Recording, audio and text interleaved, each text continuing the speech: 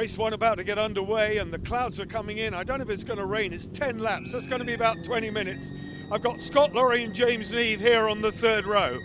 Bygrave and Lawson qualified well. They're on the third row. Andy Peach, fourth fastest, again, number 4 on the bike. An amazing third place in qualifying for Roger Lovelock and Rick Lawrence. They surprised even themselves with that time, only a second and a half off the pole position time. Clipped in the last lap and a half of qualifying. Tim Reeves knocked down to second place on the grid, but it's pole position for Ben and Tom Birchall. They took 0.7 of a second out of Tim Reeves in the closing stages of qualifying. It is going to be a terrific 10-lapper. Donnington Park lends itself to sidecars, a beautifully flowing circuit, and the scary rush into Redgate when the lights change. That right-hander where it's going to be bunched up. You heard Rick Lawrence saying how interesting the first lap's going to be down Prainer Coast towards the old hairpin. Everyone away, but on the inside it's Tim Reeves and Greg Cluze slotting across the Birchalls from the outside of the grid there, cutting across. But Tim Reeves leads, then it's Birchall's. Andy Peach, Charlie Richardson, number 4 in third. The green outfit of Lovelock and Lawrence. We're going to see a battle royal here. Don't forget the Birchalls, Ben and Tom, number 16, are on home ground. Gary Smith going through. Oh, the sidecar wing has gone. That's Greg Lambert and Carl Schofield. Oh dear me, so they've lost their sidecar wing on the first lap. We said there was going to be contact, and there was a bit of contact.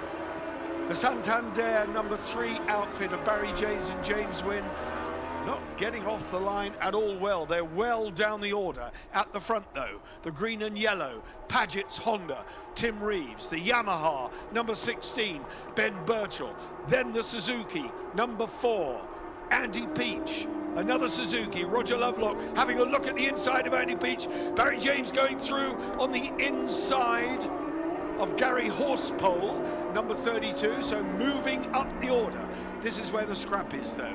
Don't forget, 10 laps round here. It's going to be a relatively short race for these guys.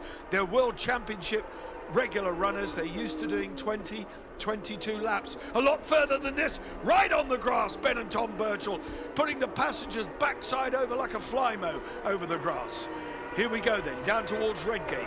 They're breaking away now. Up to third has gone the green outfit of Lovelock and Lawrence. But this is where the scrap is. These two, Birchall, the Birchall brothers lying second in the World Championship with only 4 more points needed to consolidate that. Tim Reeves can't do anything about the World Championship because it's won already. So whether he will go to the World Championship round at Silverstone remains to be seen. The Birchalls have to go. They need 4 points. We won't be seeing them in round 7. But look at the sidecar wheel, clipping over the rumble strip in the air. The passenger just keeping his weight to the absolute optimum, approaching Coppice, and they're making a bid on the inside. They're through, but it's a double apex. Reeves takes the wide one in and chops them off at the second apex, and he's still in front. But there's a very clear signal has come there now as they approach the foggy S's from Ben and Tom Birchall. They want this one. They want the 25 points. They're at the S's. It's a smoother, wider sweep out, enables them to get the power on as they go over the hill down towards the Melbourne hairpin. How's it going to be taken? Well, they can only follow a lead around there because Tim Reeves, riding a very canny race, keeps it tight. Lovelock and Lawrence still very much in the hunt, as indeed are Peach and Richardson. But this still the battle at the front. Craig Chapler and Patrick Farrance having a brilliant ride after their strong qualifying. Their CTR crew on the pit wall, watching the monitor, watching what's going on. And we'll give you a report on their progress just as soon as we get them in shot. Meanwhile, we're stuck here. Stuck? What am I talking about? This is where the battle is. A fantastic, fantastic battle. Cluze then dragging his left backside just over the tarmac. These passengers, and one of these days we're going to tell you just what these passengers get up to in the winter season in terms of training. John Clark and Stuart Graham, number 90, out of it. They've been plagued with a misfire. It wasn't revving. The limiter was coming in too early, so it's expired again. Very early stages of race 1. all the way from County Down, and it comes to Nout. Ben Birchall, Tom in the chair, nipping away still at the heels of Tim Reeves. But while they're scrapping there, Roger Lovelock and Rick Lawrence are closing because they're tripping each other up just a little bit. Into the S's again they go.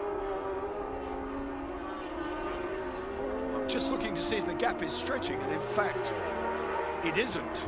They're not getting away one little bit. Birchall's got to bide his time. He will know where the passing opportunities are here. One of them is at Redgate. Another one is down at the old hairpin if they can get out of the Craner curves quick enough.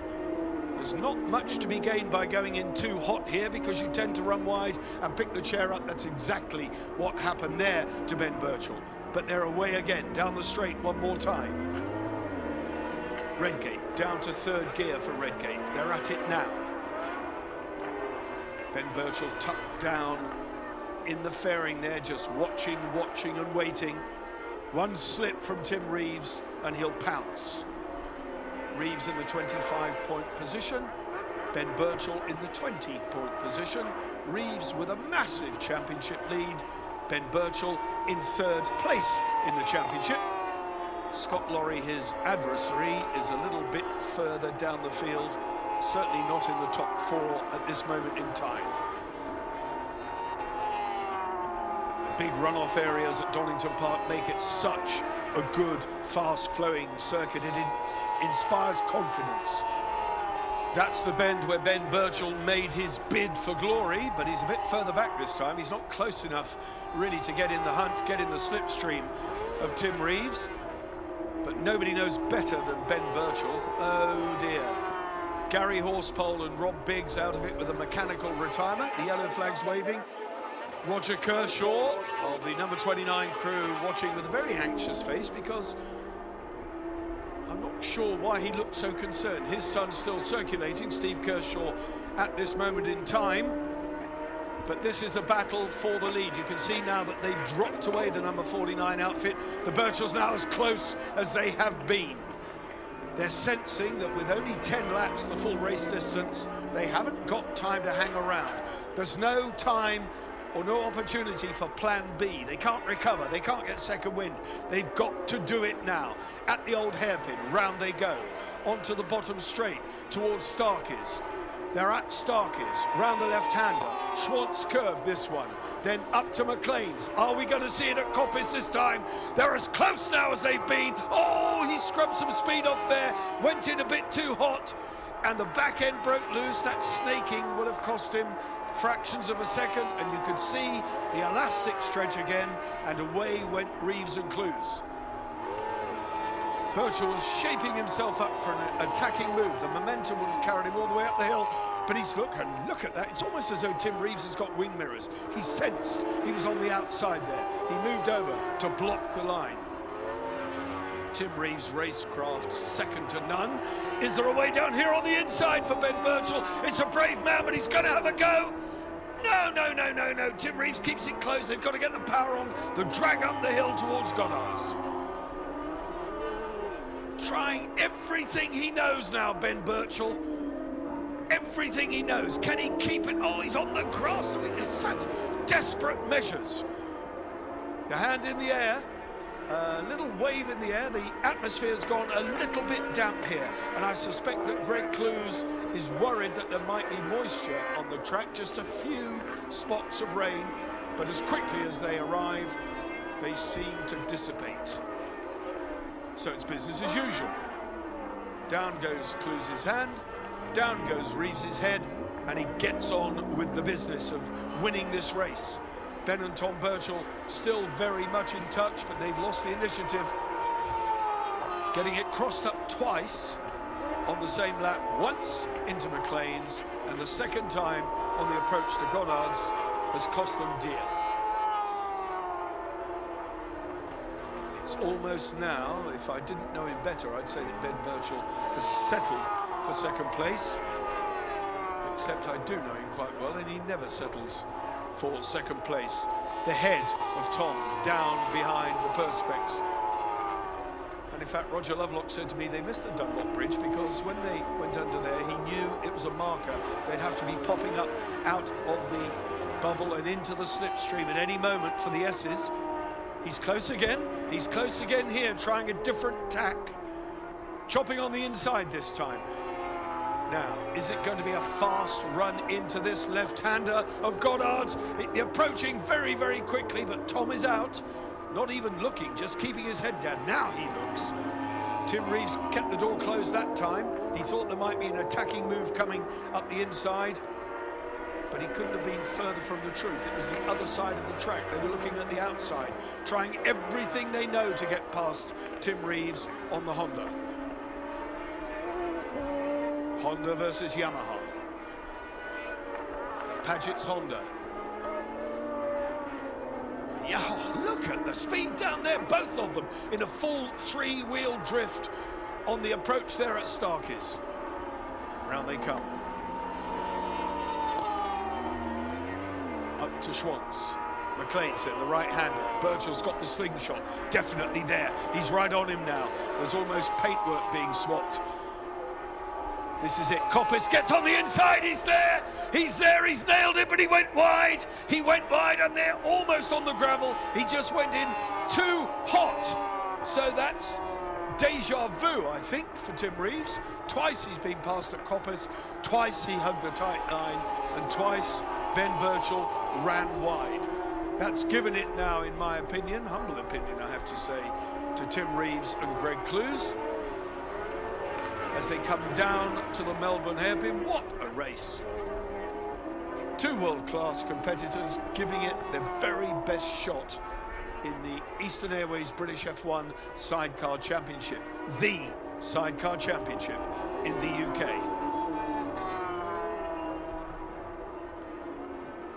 Just a little bit ragged now, Ben Birchall, going in hot there, getting the sidecar wheels some 3 or 4 inches off the tarmac on the entry to the bend. That's no good because you can't drive it when the chair wheel is up. You need the chair wheel planted so you can drive it round the corner. He knows that far better than I do.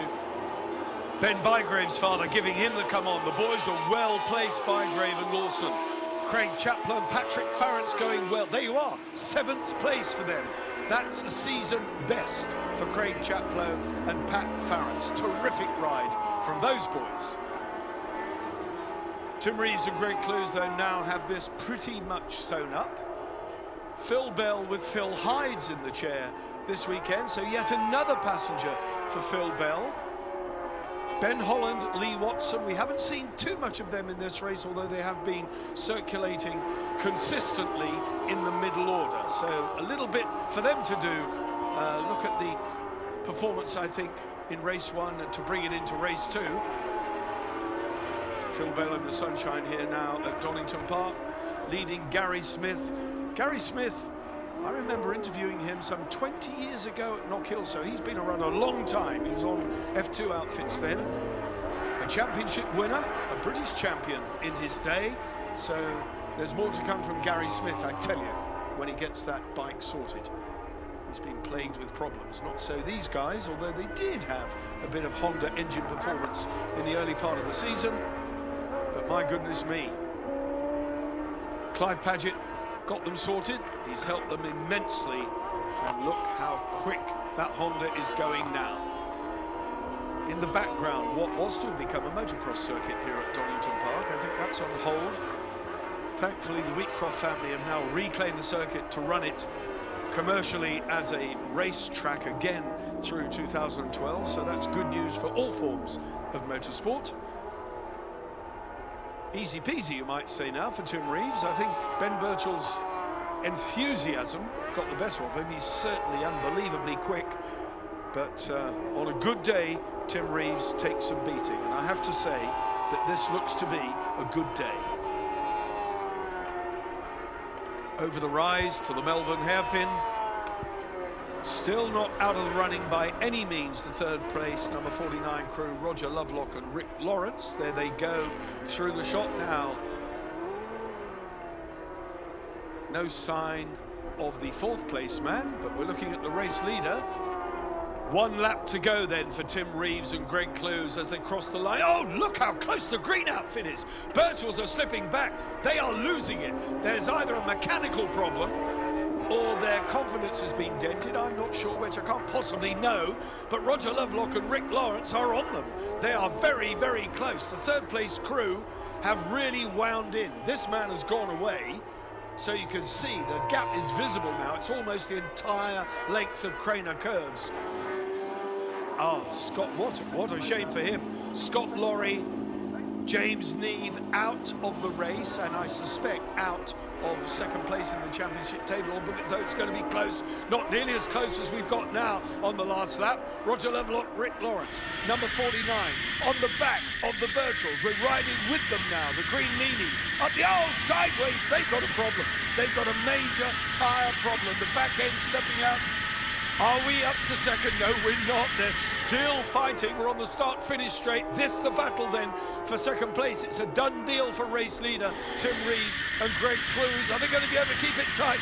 Roger Lovelock senses second place on the podium could be his if he can keep it on now. Down into the right-hander here at the Melbourne Head, but he's on the inside. They're through. He's ridden the Birchalls wide. They can't come back from that one. This is Tim Reeves then at Goddard's.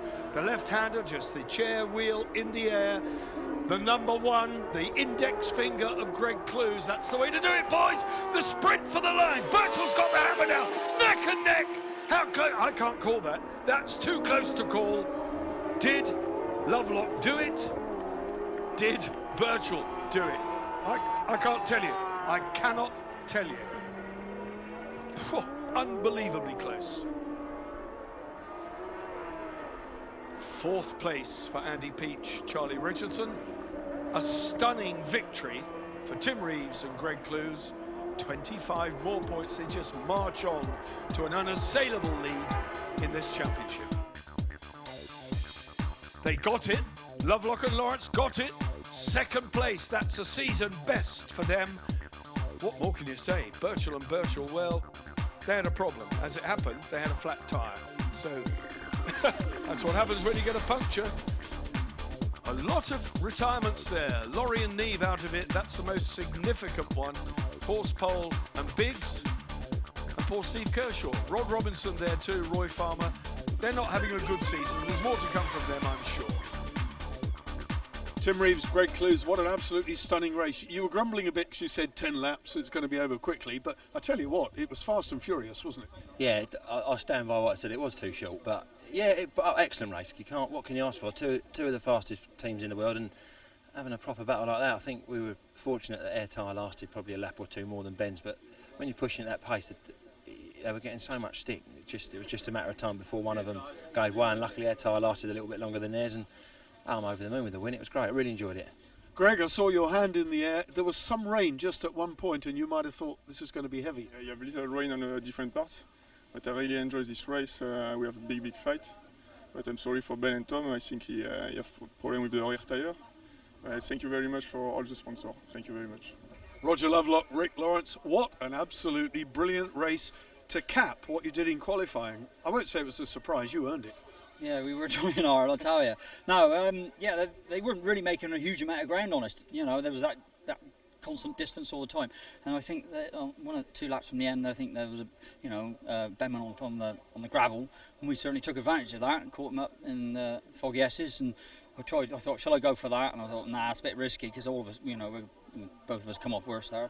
So no, down at the hairpin, and we got him there, but it was the drag up to the left-hander at the top up here. And I overshot it a little bit, and it was really close over the line. So yeah, absolutely fantastic result. Pleased with it. Well, terrific result, and added to which Scott Lorry had problems as well. So that's really helped you in the points run. Yeah, it's unfortunate here. Scott's got problems, but yeah, we're here to try and do as well as we can in the championship. So yeah, terrific ride by Roger. We got close on the last lap, and I thought we're going to mug him. We're going to mug him on the last lap, and yeah, it was awesome. Drive to the line, it was like, there was nothing in it. It was really just a drag race to the line, and we come off better. So yeah, well chuffed. Could either know how to do it, and my driver is awesome. So yeah, fantastic. Ben and Tom Birchall, I tell you what, Ben, you threw everything at that, didn't you? Yeah, everything. I think by about lap 6 or something like that, I'd sort of got measure of him, and it felt like a matter of time. But then the back end just went off, you know, so I'd give it a lap and try to let it sort of cool down and come back, but it never did. Right, it was really bad towards the end. I wasn't quite sure until we stopped. We actually had a puncture in the rear tyre, so really lucky to finish, you know. But before that, fair dues, it was good race and great place to be. I must say a massive thanks to Mitchells and Mansfield and also the guys from Napit there with us this weekend. So hopefully we can do some more tomorrow. So bodes well for tomorrow, knowing we had a puncture and we can perhaps go one better. Well, Tom, that was top class racing. Two of the best crews in the world, really doing it on home soil. It was great to watch. Yeah, thanks. Yeah, it was great to be involved in it. Yeah, shame we couldn't have just kept the pace up to the last few laps, but you know, we'll be trying again for tomorrow. We know what the problem was, so yeah, just a big thanks to everybody involved. Craig Chaplow, Patrick Farrance, fantastic result, best ever British Championship result.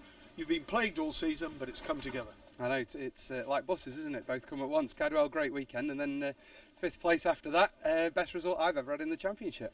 Patrick, you said he's been riding better and better. That must have been really, really smooth, because 5th in this company, that's a great result. Yeah, it's a real tough championship. I mean, everybody's competitive, and to be fair, we're a bit disappointed after qualifying because we ended up 10th. So to be battling who we're battling with and get 5th, we're over the moon with that.